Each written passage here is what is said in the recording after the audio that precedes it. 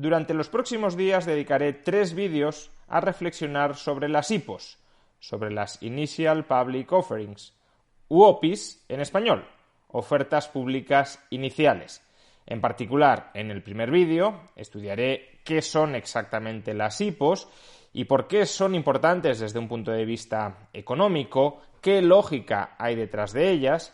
En un segundo vídeo analizaré los riesgos y las oportunidades que puede suponer invertir en IPOs y por último, en un tercer vídeo expondré los factores más relevantes a la hora de analizar una IPO. Esta serie de 3 vídeos ha sido posible gracias al impulso de Freedom Finance Europe, un broker especializado en facilitar la inversión en IPOs y que precisamente porque esa es su actividad, tiene interés en divulgar un cierto conocimiento social sobre esta materia. Pues bien, dicho todo esto, veámoslo.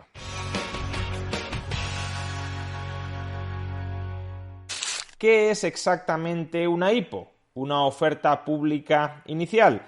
Bueno, para entender este concepto debemos dar un paso atrás y constatar que las empresas se pueden organizar con la forma jurídica de sociedad anónima. Las empresas cuya forma jurídica es una sociedad anónima tienen su capital social dividido en acciones, pues es una parte alícuota, una parte equiproporcional del capital social de la empresa, de manera que aquella persona que posee el 47% de las acciones posee el 47% de la empresa. Pues bien, las empresas que están organizadas como sociedades anónimas y que por tanto tienen su capital dividido en acciones, tienen a su vez 2 opciones. Primera opción, esas acciones están en manos de un grupo reducido de accionistas y además esas acciones no cotizan en ningún mercado organizado, es decir, esas acciones no se compran ni se venden en público. Si un accionista quiere transferir su paquete accionarial a otra persona, ya sea a alguien del grupo de accionistas o a alguien externo a la empresa, tiene que hacer una transferencia de esa participación ante notario. Segunda opción, el capital social está dividido en acciones que son poseídas por un enorme número de accionistas y esas acciones además cotizan en mercados organizados, de tal manera que puede haber transferencias casi instantáneas de la propiedad de esas acciones. Esas acciones se pueden comprar y vender continuamente sin necesidad de atravesar por complejos y costosos procedimientos reglados. En la jerga de los mercados financieros, al primer tipo de empresa, ese tipo de empresa cuyo capital social está en manos de un grupo reducido de accionistas y además cuyas acciones no se transfieren continuamente en mercados organizados, a ese primer tipo de empresa se la denomina empresa privada. Y al segundo tipo de empresa, cuyo capital social está en manos de muchísima gente y cuyas acciones sí son transferidas continuamente en mercados organizados, se la denomina empresa pública. Evidentemente no hay que mezclar esta terminología, empresa privada, empresa pública, con esta misma terminología, pero utilizada para describir empresas no estatales versus empresas estatales. No tiene absolutamente nada que ver.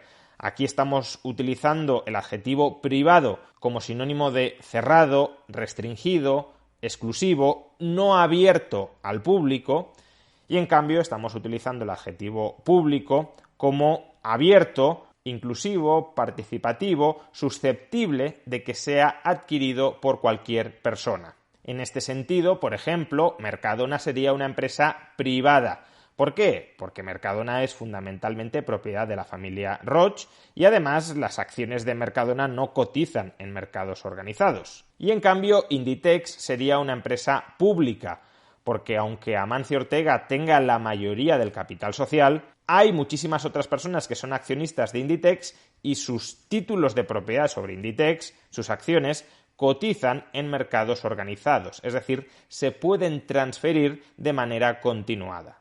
Pues bien, dicho esto, ya podemos definir qué es una IPO. ¿Y qué es una IPO? Pues es un proceso por el cual se convierte una empresa privada en una empresa pública. Es decir, un proceso a través del cual se da entrada al capital social de la empresa a muchísimos otros accionistas. En concreto, a todos aquellos que estén interesados en ser codueños, copropietarios de la empresa y estén a su vez dispuestos a participar en un proceso de puja por las acciones que van a sacarse a través de esa IPO a la venta en los mercados organizados. Por ejemplo, hasta el año 2001, Inditex era una empresa privada. Su capital social no cotizaba en bolsa.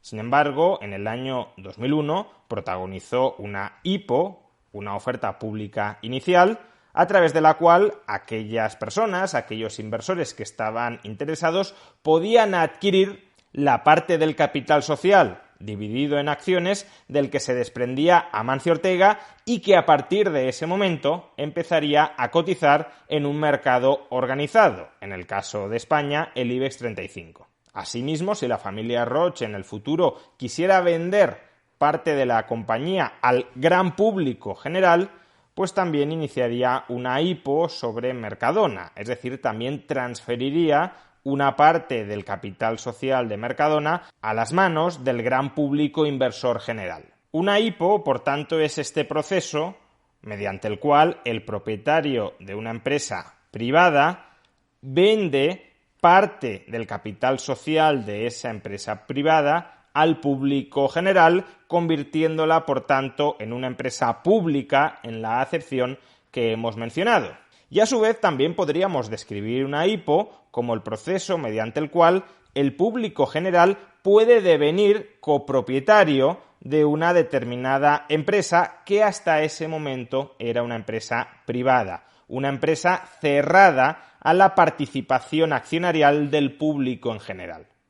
En los últimos años, por ejemplo, ha habido IPOs tan importantes como la de Uber, la de Lyft, la de Airbnb, como la de Palantir, como la de Zoom, como la de Peloton, etc. Es decir, se trata de un proceso de conversión de empresas privadas en empresas públicas bastante frecuente, bastante habitual. ¿Pero por qué motivo los dueños de una empresa privada, que controlan por tanto el 100% del capital social de esas empresas, pueden estar interesados en convertirlas en empresas públicas, en dar participación al público en general al capital social de esa empresa, a desprenderse, por tanto, de una parte del capital social de sus empresas? ¿No sería mejor para ellos que si esas empresas son tan provechosas, son tan rentables, no sería mejor que retuvieran el 100% del capital social y que no lo compartieran con el público general? Al fin y al cabo, si yo tengo el 100% del capital social, el 100% de los beneficios que genere esa empresa son para mí. En cambio, si yo vendo el 80% del capital social de mi empresa y me quedo solo con el 20%, de todos los beneficios que consiga la empresa, solo me quedaré con el 20% y el otro 80% serán distribuidos entre los nuevos accionistas que hayan devenido copropietarios de la empresa adquiriendo acciones en esa IPO. Bueno, hay básicamente dos motivos que pueden llevar a los propietarios de una empresa a vender parte del capital social al público general, convirtiéndola en empresa pública en la terminología, en la jerga que estamos empleando en este vídeo. El primero de esos motivos es querer hacer caja rápido con los beneficios futuros esperados de la empresa. El precio de una acción es el valor presente de los beneficios futuros esperados de una compañía. Por tanto, para que un propietario reciba el equivalente al precio de una acción, tiene que esperar muchos años hasta que esos beneficios vayan llegando. Por ejemplo, imaginemos una compañía que tiene unos beneficios anuales de 1 millón de euros.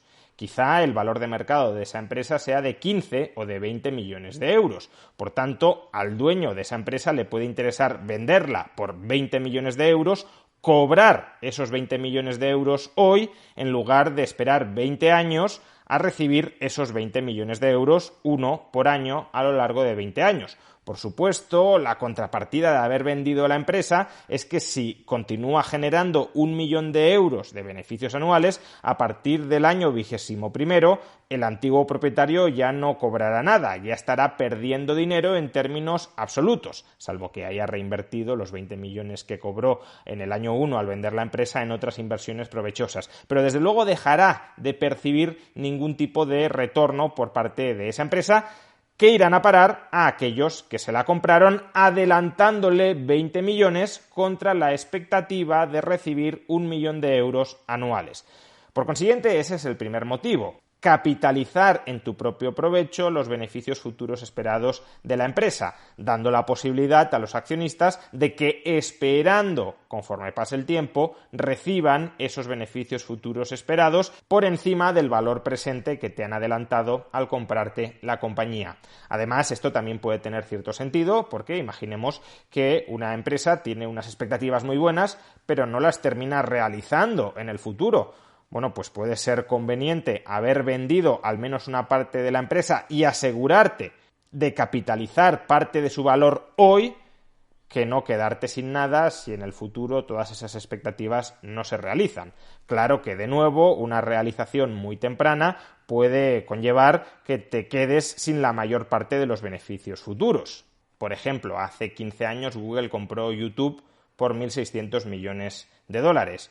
Hoy en día YouTube está generando unos ingresos, que no beneficios, pero bueno, creo que podremos tomar una magnitud del asunto, de casi 30.000 millones de ingresos anuales. El hecho de que los propietarios de YouTube hicieran caja muy temprana vendiendo la empresa ha impedido que se queden con la mayor parte de los beneficios futuros de esa compañía. Y el hecho de que Google comprara YouTube tempranamente a ese precio capitalizado en función de las expectativas de beneficio que había entonces de YouTube, le ha permitido poseer una inversión hiperrentable. Pues bien, esto mismo es lo que puede suceder en una IPO. El actual propietario quiere hacer caja y permite dar participación en esa IPO a otros aspirantes a propietario que se convierten en accionistas. Segundo motivo por el cual se puede desarrollar una IPO. Hay muchas empresas que para seguir creciendo, para seguir desarrollándose, necesitan invertir ingentes cantidades de dinero. ¿Cómo consiguen esas ingentes cantidades de dinero? Una posibilidad sería endeudarse, pidiendo un préstamo, pero la deuda es un instrumento muy delicado de manejar, porque te comprometes a devolver cantidades fijas de dinero más intereses en determinados periodos de tiempo. Y una empresa que está empezando o que está expandiéndose no tiene por qué tener muy claro cuándo logrará los suficientes beneficios futuros como para amortizar su deuda. Y si no es capaz de amortizar la deuda a tiempo, entra en concurso de acreedores y la empresa es liquidada. Por tanto, no es un instrumento de financiación que se pueda utilizar siempre o a gran escala. Por eso existe una segunda posibilidad: captar ese capital que necesitas para seguir creciendo, convirtiendo a aquellos que te proporcionen ese capital en socios, en copropietarios, en accionistas. Y por tanto, se puede desarrollar una IPO no ya para que el dueño de la empresa haga caja en su propio beneficio, sino para que la empresa tenga más músculo financiero para crecer y desarrollarse. En definitiva, las IPO, las ofertas públicas iniciales, el proceso de conversión de una empresa privada en una empresa pública abierta al público, cuyo capital social está abierto a la participación del público, son operaciones que tienen lógica económica, que desempeñan una función económica y precisamente por eso ofrecen oportunidades de inversión para aquellos que se lancen a invertir en las IPO. Pero de la misma manera que una IPO conlleva oportunidades de inversión, como toda oportunidad de inversión, también implica riesgos. Riesgos que pueden llegar a ser muy importantes, porque estamos invirtiendo en modelos de negocio que en muchos casos están empezando y que por tanto tienen un futuro incierto. En el próximo vídeo hablaremos precisamente sobre esto, sobre los riesgos y sobre las oportunidades de las IPO.